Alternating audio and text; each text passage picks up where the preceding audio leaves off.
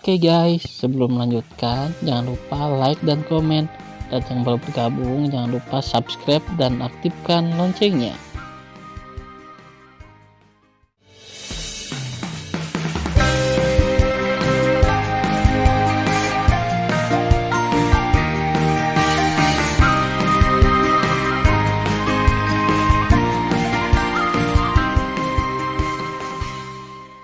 Episode 29. Melanjutkan cerita sebelumnya, tidak menghitung apa yang Anda katakan. Sesaat kemudian, boom, saat gerbang kota dibuka, Tan Yun terbang ke langit. Dia menatap 50 murid gerbang emas yang baru saja bereaksi di bawah gerbang kota. Tidak ada bahasa tambahan, hanya bunuh. Pompa, engah. Tan Yun memutar pergelangan tangannya dengan kecepatan ekstrim, tubuhnya seperti hantu, dan dengan cahaya pedang indah yang menerangi langit malam, dia menyelimuti 50 murid. Segera, teriakan menembus langit malam, dan 50 murid tercekik oleh cahaya pedang. Janin jiwa hancur dan tidak ada kehidupan yang tersisa. Tan Yun memberi isyarat, menyimpan rampasan, dan terbang ke kuil ruang waktu. Tiba-tiba, Tan Yun teringat sesuatu dan kemudian keluar dari kuil ruang waktu. Tan Yun memegang pedang dewa dan menambang sebuah monumen besar di gunung tidak jauh dari sana. Ledakan. Dengan lambaian tangan kanan Tan Yun, monumen besar seperti gunung itu tiba-tiba dimasukkan keluar gerbang kota. Tan Yun memegang pedang Hongmeng, menari dengan kecepatan ekstrim, dan monumen itu segera diukir dengan tulisan tangan. Setelah itu, Tan Yun terbang ke aula ruang dan waktu, mengeluarkan sepotong batu leluhur terbaik, membuka susunan teleportasi, dan menghilang dalam susunan teleportasi dengan kecepatan yang sangat cepat. Setelah beberapa saat, di aula ruang dan waktu di gerbang dalam sekte Dongzu, Tan Yun muncul dari udara tipis ketika kehampaan itu seperti riak air. Kalian berdua masuk, Tan Yun berkata kepada dua murid batin di luar kuil waktu. Itu penatua yang hebat. Begitu kedua murid memasuki kuil ruang waktu, Tan Yun menggunakan mata Dewa Hongmeng untuk mengendalikan mereka berdua. Kemudian, suara magis Tan Yun terdengar dari mereka berdua, lupakan melihatku malam ini. Dan sesepuh kedua, datang ke tempat kuil ruang dan waktu. Murid patuh. Setelah keduanya menjawab, Tan Yun membiarkan mereka meninggalkan kuil ruang dan waktu, lalu mengangkat kendali keduanya. Tepat setelah keduanya pulih kewarasan mereka merasakan ruang berfluktuasi dengan cepat, dan keduanya tiba-tiba melihat ke belakang dan menemukan bahwa tidak ada seorang pun. Sialan. Salah satu murid tidak dapat mengetahuinya dan berkata kepada murid lainnya, menilai dari fluktuasi kekosongan di aula ruang dan waktu, jelas bahwa seseorang telah keluar melalui aula ruang dan waktu. Tapi kami telah menjaga di sini tanpa melihat siapapun. Orang lain juga bingung. Ketika mereka berdua merasa bingung, Tan Yun sudah melaju melewati terowongan ruang dan waktu menuju ke Dongyu Fangcheng. 2 menit kemudian, Tan Yun muncul begitu saja dari aula ruang waktu di luar kota Dongyu Fang. Sekelompok binatang bermarga Fucha, malam ini adalah tanggal kematianmu. Kilatan niat membunuh tergambar di mata Tan Yun, dan dia terbang ke gerbang kota tanpa terlihat. Murid sekte Dongzu yang menjaga gerbang kota tidak mengetahuinya. Setelah memasuki Fangcheng yang ramai, Tan Yun meluangkan waktu sejenak untuk tiba di depan sebuah paviliun di kedalaman Fangcheng.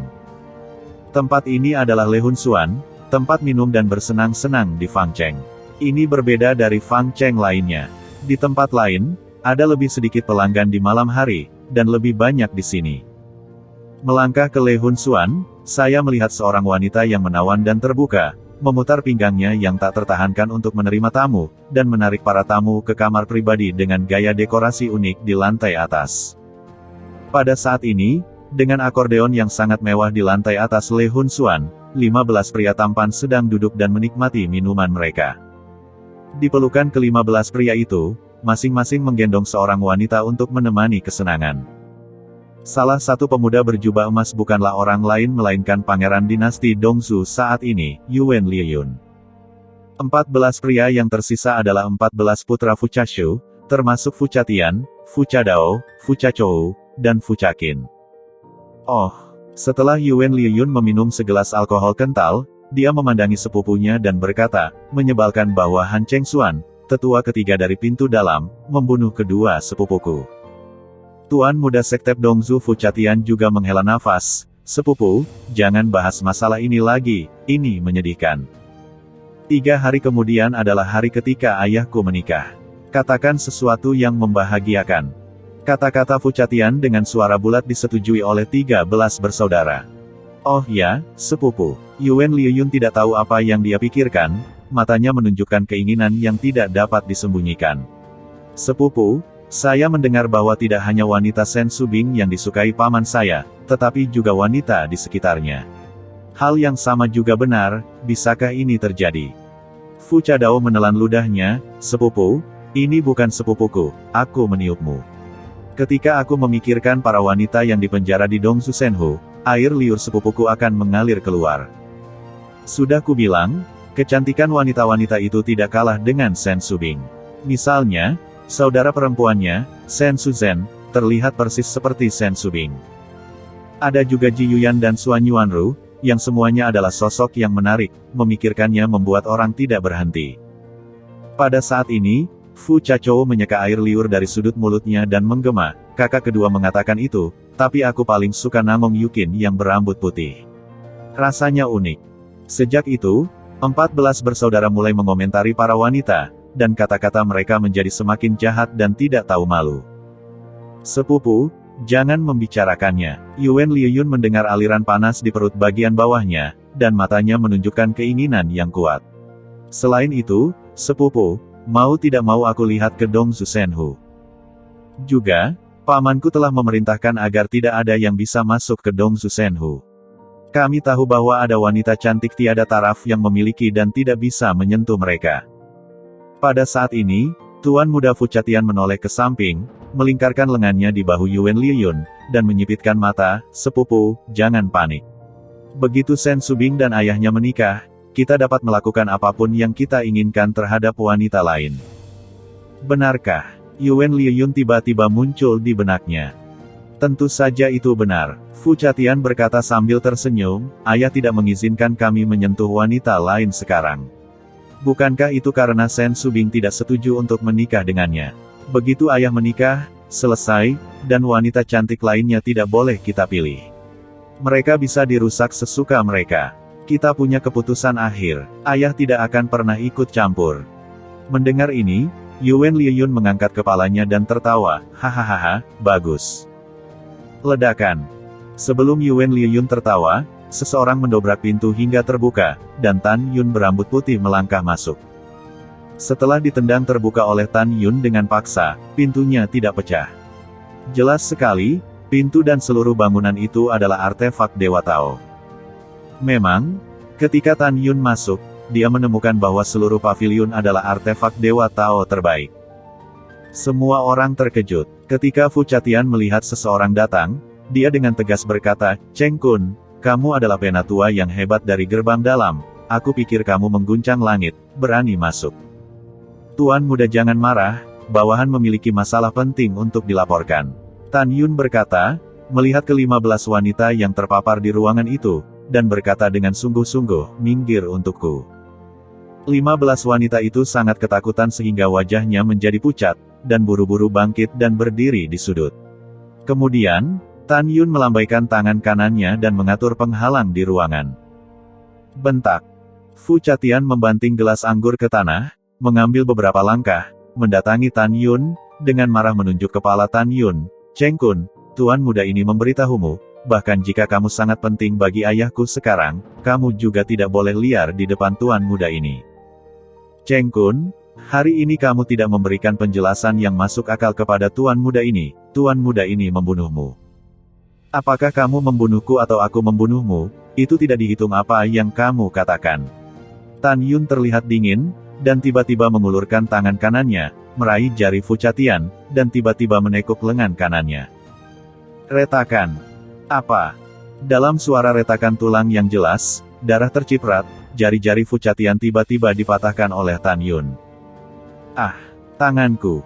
Cheng Kun, kamu budak anjing, berani menyerang Tuan Muda, kamu mati. Setelah Fuchatian berteriak, amarahnya memabara, dan lapisan ke-6 ranah Raja Tao tiba-tiba meledak keluar dari tubuhnya. Aura tirani itu menyebabkan retakan spasial yang padat muncul di kehampaan seluruh ruangan. Ledakan. Kekosongan tiba-tiba runtuh, dan tinju kiri Fuchatian menghantam Tan Yun. Berdengung. Tan Yun mengingat dalam benaknya bahwa binatang buas tadi berbicara tentang suara para wanitanya. Matanya merah, menunjukkan niat membunuh yang tidak terselubung, dan dia membanting pukulan tanpa mengelak atau mengelak. Bang! Klik. Saat kedua tinju bertemu, Fuchatian menjerit, tinju kirinya rapuh dan menyedihkan di bawah tinju Tan Yun, seluruh tinju meledak, kabut darah terisi, dan jari-jari yang patah beterbangan bersamaan. Engah. Fuchatian dikepal oleh Tan Yun, dan sebelum Fuchatian jatuh ke tanah, Tan Yun menunjukkan sosoknya, meraih kaki kanan Fuchatian dengan tangan kanannya, dan menggesekkan Fuchatian ke lantai. Tolong aku. Ledakan. Jeritan ketakutan Fuchatian berhenti tiba-tiba, tetapi tubuh bagian atasnya meledak ketika menyentuh tanah, dan kepalanya berguling ke samping. Berdengung. Ketika kehampaan itu seperti riak air, jiwa halus Raja Tao dan 6 janin Raja Tao, yang kaya di langit, mengebor keluar dari kepala mereka dan melayang di udara. Pada saat ini, orang lain melihat mayat Fuchatian di tanah dan merasakan kepala mereka berdengung. Mereka tidak percaya itu benar. Mereka benar-benar tidak percaya bahwa seorang tetua gerbang dalam telah menghancurkan tubuh Fuchatian. 15 wanita di samping sudah ketakutan dan tercengang. Di dalam hati mereka, Cheng Kun, ini hanyalah sesepuh dari gerbang dalam sekte. Berani mengambil inisiatif melawan sekte Dongsu. Cheng Kun, kamu mengacau, kamu menghancurkan tubuh tuan muda ini. Raungan jiwa Raja Tao Fuchatian terputus keras oleh Tan Yun, kamu salah. Aku tidak hanya akan menghancurkan tubuhmu, tetapi juga jiwamu hilang. Memanggil. Tan Yun mengeluarkan pedang Hongmeng dalam pikirannya, memegang pedang, dan menuju ke Fuchatian. Kakak kedua, kamu yang terkuat, selamatkan aku. Fuchadao dari lapisan ketujuh ranah Raja Tao dan Fuchatian meminta bantuan. Dalam hatinya, Fuchadao tidak ingin menyelamatkan Fuchatian. Menurutnya, hanya jika Fuchatian meninggal, dialah yang paling mungkin menjadi pewaris. Tapi Fuchatian telah meminta bantuan, jadi dia harus bersikap, bukan? Oke, Fuchadao menawarkan pedang ajaib, dan dengan sengaja melambat, berpura-pura mencegat Tan Yun. Namun, yang terjadi selanjutnya membuat Fuchadao merasa putus asa. Langkah Dewa Hongmeng. Namun, Tan Yunlah yang menggunakan langkah Dewa Hongmeng, dan kekuatan Hongmeng keluar dari tubuhnya. Dia tiba-tiba muncul di belakang Fuchadao dan memotong kepalanya dengan pedang. Kecepatan cepat. Ketika Fuchadao mengelak ke samping, Tan Yun tiba-tiba mengambil pedangnya, dan dengan kekuatan untuk merobek kehampaan, pedang ilahi Hongmeng menebas kakinya. Pompa. Tidak. Fuchadao mengelak dengan putus asa. Meskipun kaki kanannya lolos dari tebasan pedang Tan Yun, kaki kirinya terputus. Ledakan. Tan Yun naik ke udara, melesat, dan memukul bahu kanan Fuchadao dengan kaki kanannya, dan segera bahu kanannya pecah, dan seluruh lengan kanannya berlumuran darah dan terbang menjauh dari tubuh. Kakiku, lenganku. Fuchadao yang telah kehilangan satu kaki dan satu lengannya terhempas ke dinding saat tubuhnya berguling, hidungnya patah dan giginya remuk. Wow! Sosok Tan Yun melintas, dan kaki kanannya menginjak kepala Fuchadao. Jangan bunuh aku, Cheng Kun, tolong jangan bunuh aku. Fuchadao gemetar ketakutan, melupakan rasa sakit, dan hanya ingin bertahan hidup. Yuan Liuyun dan 12 sepupunya sudah pucat karena ketakutan. 13 orang tahu bahwa Fuchatian dan Fuchadao jauh lebih kuat dari diri mereka sendiri, tetapi di depan, Cheng Kun, ini, mereka sangat lemah sehingga mereka akan lebih beruntung jika tetap tinggal. Sepupu, lari, teriak Yuan Liuyun, melepaskan aura kesempurnaan Dewa Tao, dan terbang menuju pintu. Namun, dibandingkan dengan kecepatan Tan Yun, kecepatannya sangat lambat. Kembalilah ke Laosi. Saat teriakan yang dalam terdengar, Tan Yun menghilang begitu saja dan muncul di depan pintu sebelumnya. Dia mengangkat kaki kanannya dan mengguncangnya dengan cepat, memukul lutut Yuan Liuyun dengan keras. Kaca, kaca. Lutut Yuan Liuyun pecah karena suara tulang yang pecah. Dalam cipratan darah, Yuan Liuyun, yang telah kehilangan dua betis, menutupi kaki yang patah dengan tangannya dan berguling-guling di tanah, kaki pangeran ini. Cheng Kun, Aku adalah pangeran dari dinasti leluhur Dongsu, beraninya kamu menyakitiku. Tan Yun menutup telinga terhadap suara Yuan Liuyun. Dia muncul puluhan kaki jauhnya segera setelah sosoknya bergetar. Kaki kanannya menginjak kepala Fu Cadao lagi, kaki kanannya perlahan mengerahkan tenaga, dan kepalanya perlahan berubah bentuk akibat teriakan Fu Cadao. Cheng Kun, tuan mudaku tidak bisa mengetahuinya. Fu Cadao berteriak, ngomong-ngomong, kamu adalah tetua agung dari gerbang dalam sekte Dongsu. Ayahku memperlakukanmu dengan sangat baik, mengapa kamu harus melakukannya sesuatu untuk kita? Mengapa? Fu Cadao menyampaikan aspirasi semua orang yang hadir. Tapi jawaban Tan Yun selanjutnya membuat mereka merasakan ketakutan dari lubuk hati mereka. Kenapa? Kenapa? Mata Tan Yun mengamuk dengan sikap bermusuhan. Lebih dari 80 juta tahun yang lalu, Kaisar Dao Abadi memimpin dewa-dewa kuno yang abadi ke tanah terlarang di lautan iblis dan berperang berdarah dengan iblis untuk melindungi rakyat jelata dari dunia leluhur tertinggi. Ini adalah Protoss yang rela berkorban, tetapi Anda sekte Dongsu, dinasti leluhur Dongsu, dinasti leluhur Beisu, dinasti leluhur Nansu, dan sekte Elysium bersama-sama membantai.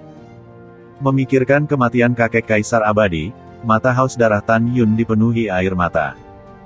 Fu Cadao, yang diinjak oleh Tan Yun, terengah-engah dengan gemetar, Kamu bukan Cheng Kun, kamu adalah sisa dari dewa kuno yang abadi. Kamu sangat licik. Semua orang mengira kamu masih di alam Dewa Sisu. 3 Kaisar Agung mengirim orang-orang kuat yang tak terhitung jumlahnya ke alam Dewa Sisu untuk memburumu, tetapi kamu pergi ke alam Dewa Dongsu. Ya, kamu benar, aku adalah Protoss kuno abadi. Tan Yun berkata dengan suara rendah, namun, aku bukan sisa. Retak. Tan Yun menginjak kaki kanan kepala Fu Cadao dan tiba-tiba mengerahkan kekuatan. Oh tidak. Kepala Fu Cadao berubah bentuk, 7 lubangnya berdarah, dan jeritannya pecah, tengkoraknya hancur, dan jiwa serta janinnya mati. Om.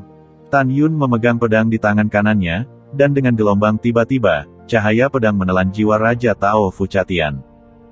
Kamu tunggu, ayahku tidak akan membiarkanmu pergi. Jiwa Raja Dao Fu Catian terbang menjadi abu dan dimusnahkan. Pada saat ini, putra sulung bungsu meraung dengan suara serak, lari, kamu bisa lari satu persatu. Mereka yang melarikan diri harus memberitahu ayah, biarkan ayah menghancurkan sisa-sisa dewa kuno yang abadi ini. Akibatnya, kecuali 15 wanita yang ketakutan di ruangan itu, Fuca bersaudara yang tersisa mengorbankan pedang magis mereka dan bergegas menuju pintu. Karena Laosu telah menemukanmu, maka kalian semua harus mati malam ini. Ketika suara acuh tak acuh Tan Yun terdengar, dia menghilang di tempat, menampilkan langkah Dewa Hongmeng, memegang pedang Dewa Hongmeng di tangan kanannya, dan mulai membunuh semua orang.